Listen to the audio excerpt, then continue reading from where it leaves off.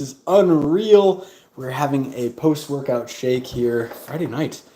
And I figured I'd just come on and see who's around, answer some questions, and bring you guys up to speed on two really interesting things going on in my life right now, which are kind of crazy. So right now I'm having some milk and whey protein. Honestly, just vanilla milk and whey protein.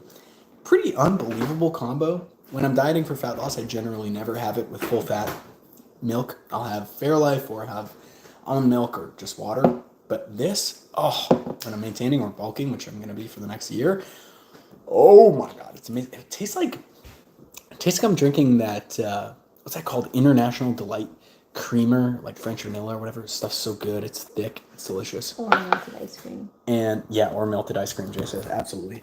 So basically, here's what I do with whey protein powder is I buy this 25-pound case. You can't really see it behind the pancake mix. I buy this 25-pound box. And since that's so unwieldy to scoop from, hi, Kiba, you want to be on the live? Yes, thank you. Yes, thank you. Since that's so unwieldy to scoop from, I put some into this old Chapman's ice cream container. Canadian folks will recognize this. And that's my daily drive. Can people leave comments on here? Can you guys say hi to me? Is that possible? Welcome to live chat. Can I see this? Chat. Yo. Who's here? Question mark.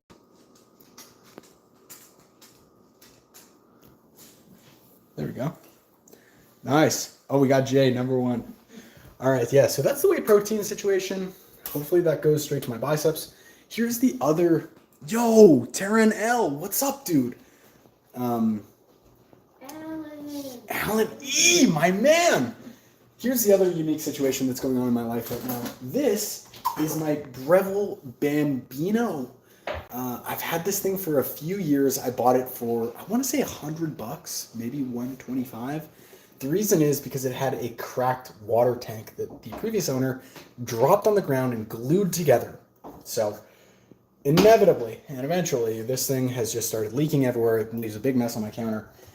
And that sucks because your boy can't have espresso in the morning. And that's not very fun to be around. So I've been in the market for new stuff.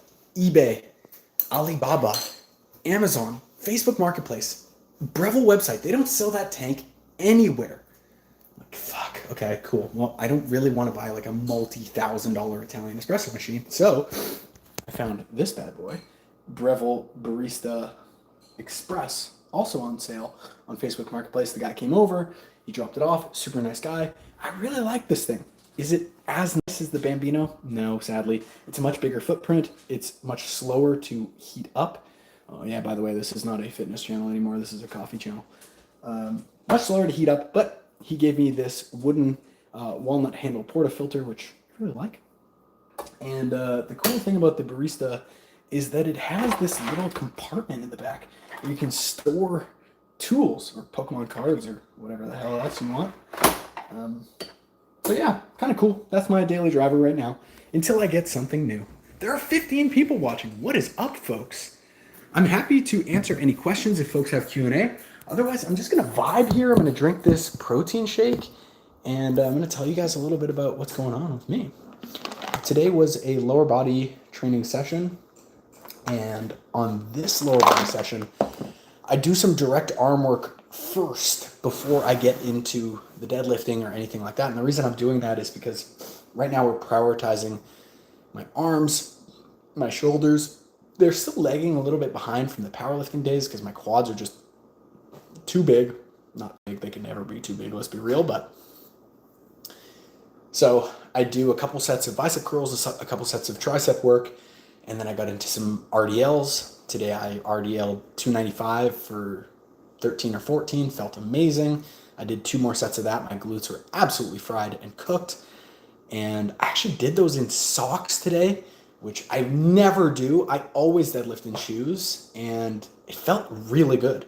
Having that flat foot, firm heel on the ground, felt amazing. I really liked it, and it just super crushed my glutes, my hamstrings.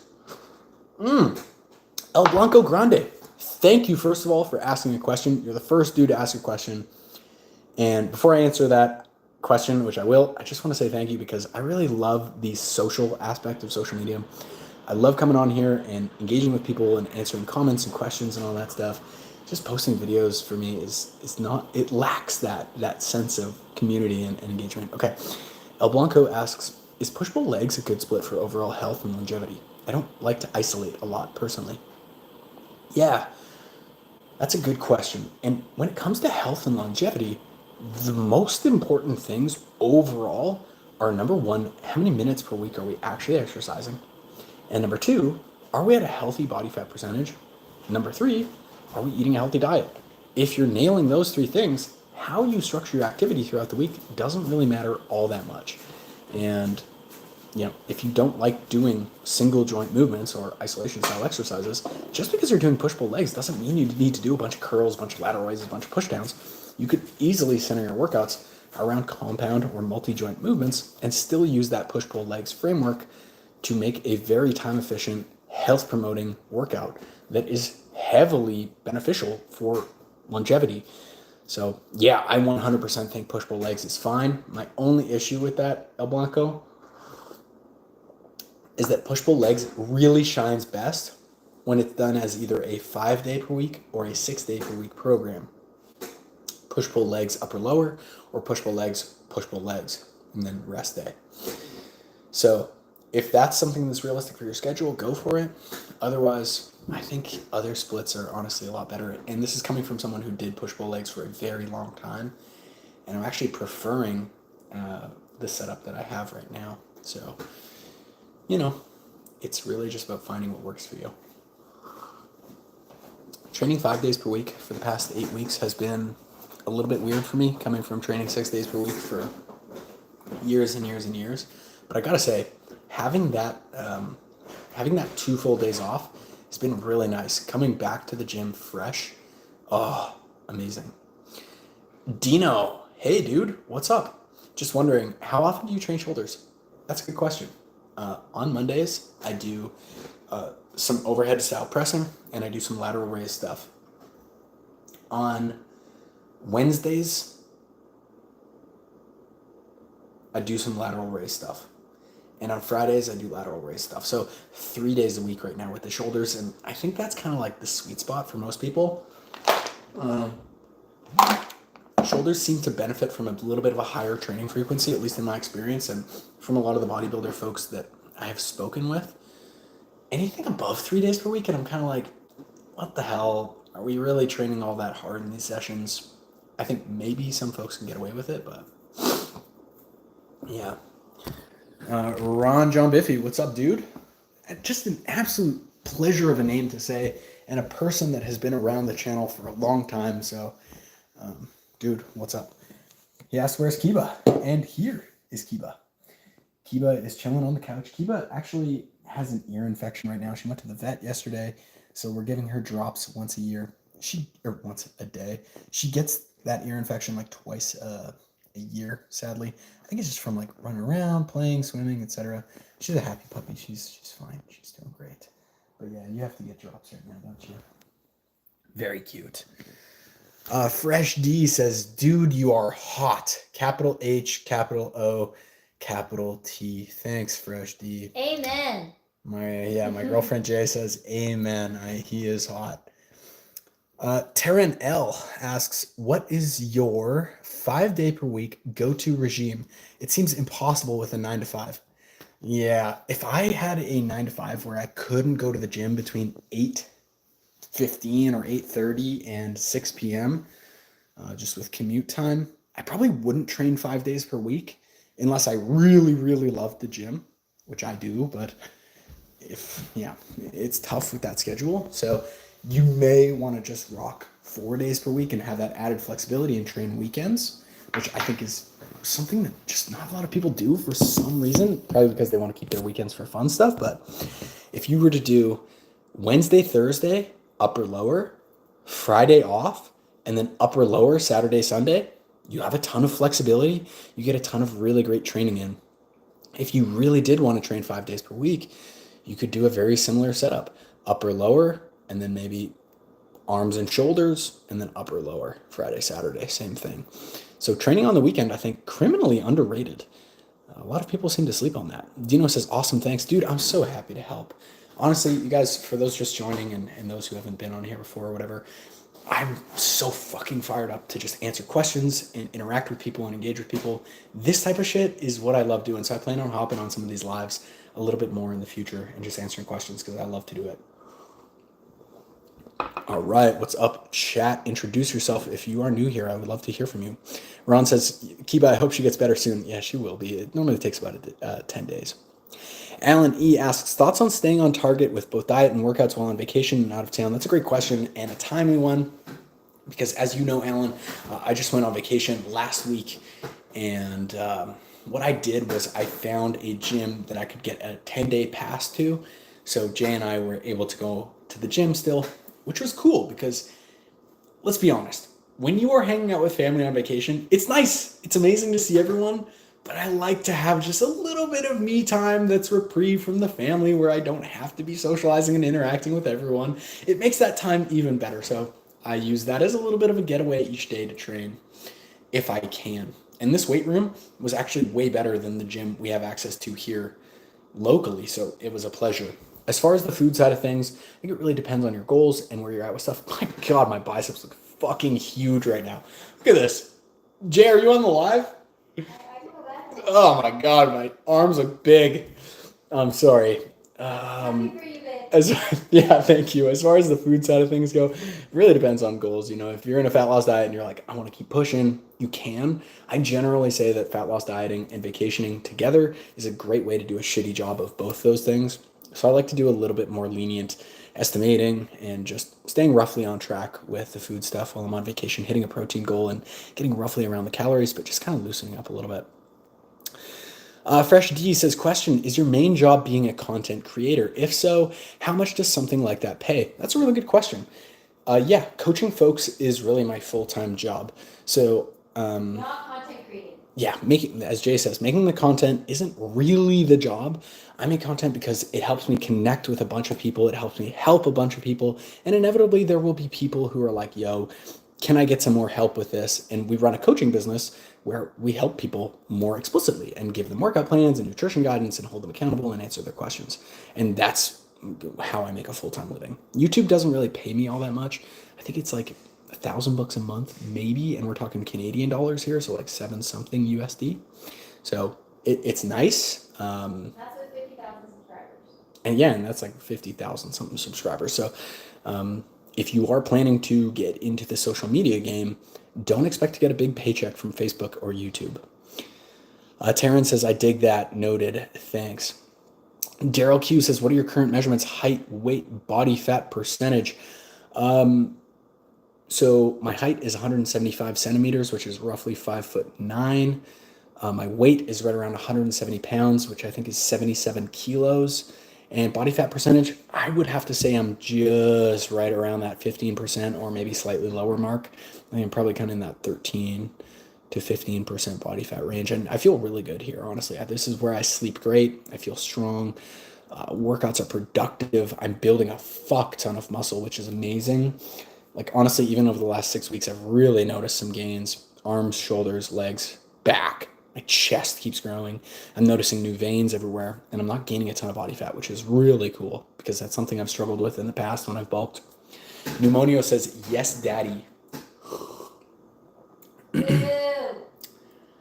Yeah. Yes. I mean, I'll take the engagement, but like sexualizing people generally. Oh, great. Alan, $10. Come on. Dude, stop throwing money at us. Kiba has enough treats already. But she'll get another bone from you. This time I'll make a little card. That's the Alan in the video. Oh yeah, folks who are watching, this is the Alan, who you may have noticed in my most recent video, the number one problem for guys over 30% body fat, I believe it's called. Alan has just been a fantastic person to work with. Alan, gosh, what are you, like down 58 pounds or something like that over the course of the last 7-8 months, building muscle and stronger, doing an awesome job. Dude, you are crushing it. thank you so much for being here, and thank you for being a fantastic person to work with.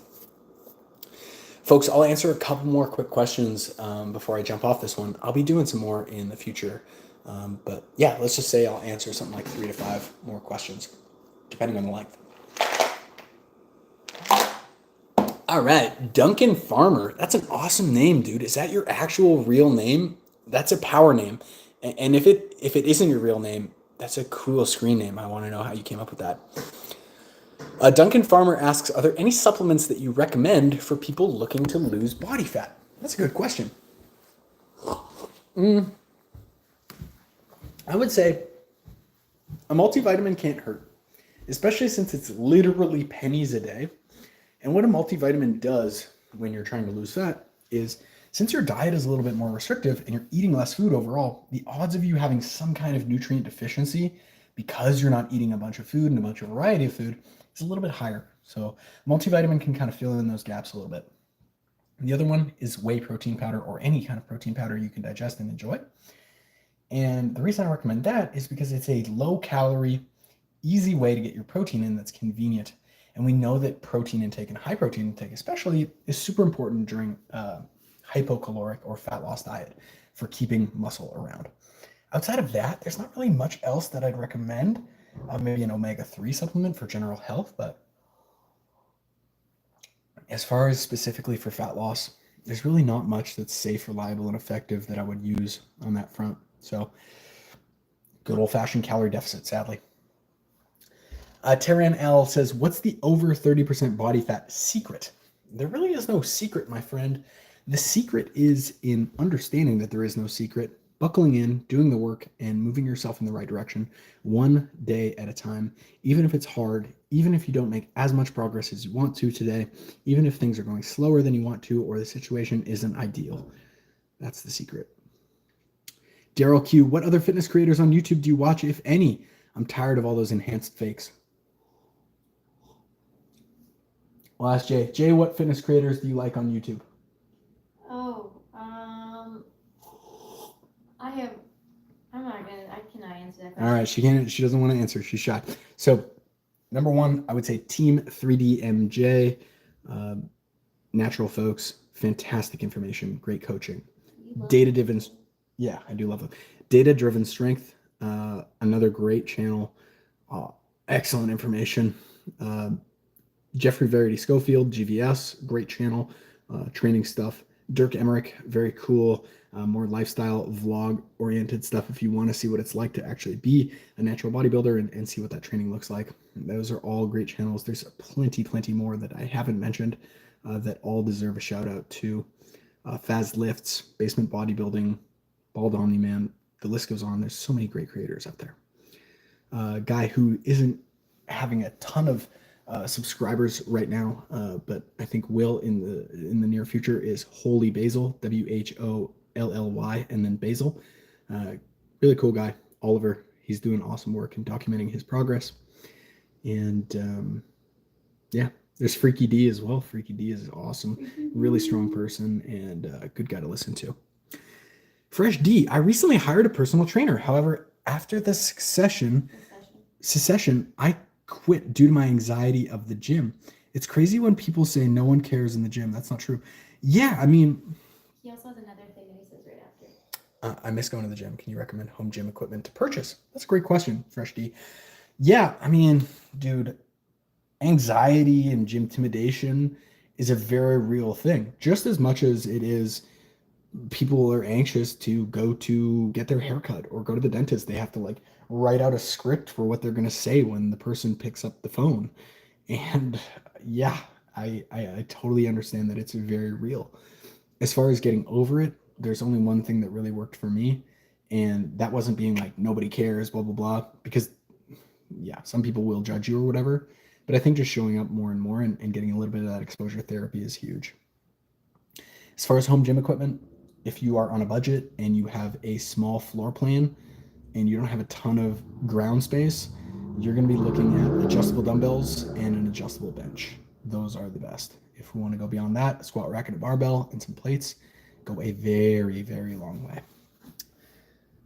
Daryl says, anyone with a Anyone with the last name of Farmer can deadlift 225. It's in your blood because Duncan Farmer said it is my real name. That's an awesome name, dude. Nice. Can I like comments? Yes, I think so. Channel activity, put user in timeout. I can give people timeouts? Oh my god. All right. Let it be known that in the future, if you say horny shit, you get in a timeout. That's real daddy behavior on you. Yeah, they're like, oh, I fucking like that. Freaks. Taryn L. I knew it. Needed to hear from a pro. From the 30% body fat. Yeah. Yeah. Cool, folks. Well, those are the questions. If you haven't got your fucking workout in today, go do it. Go for a walk.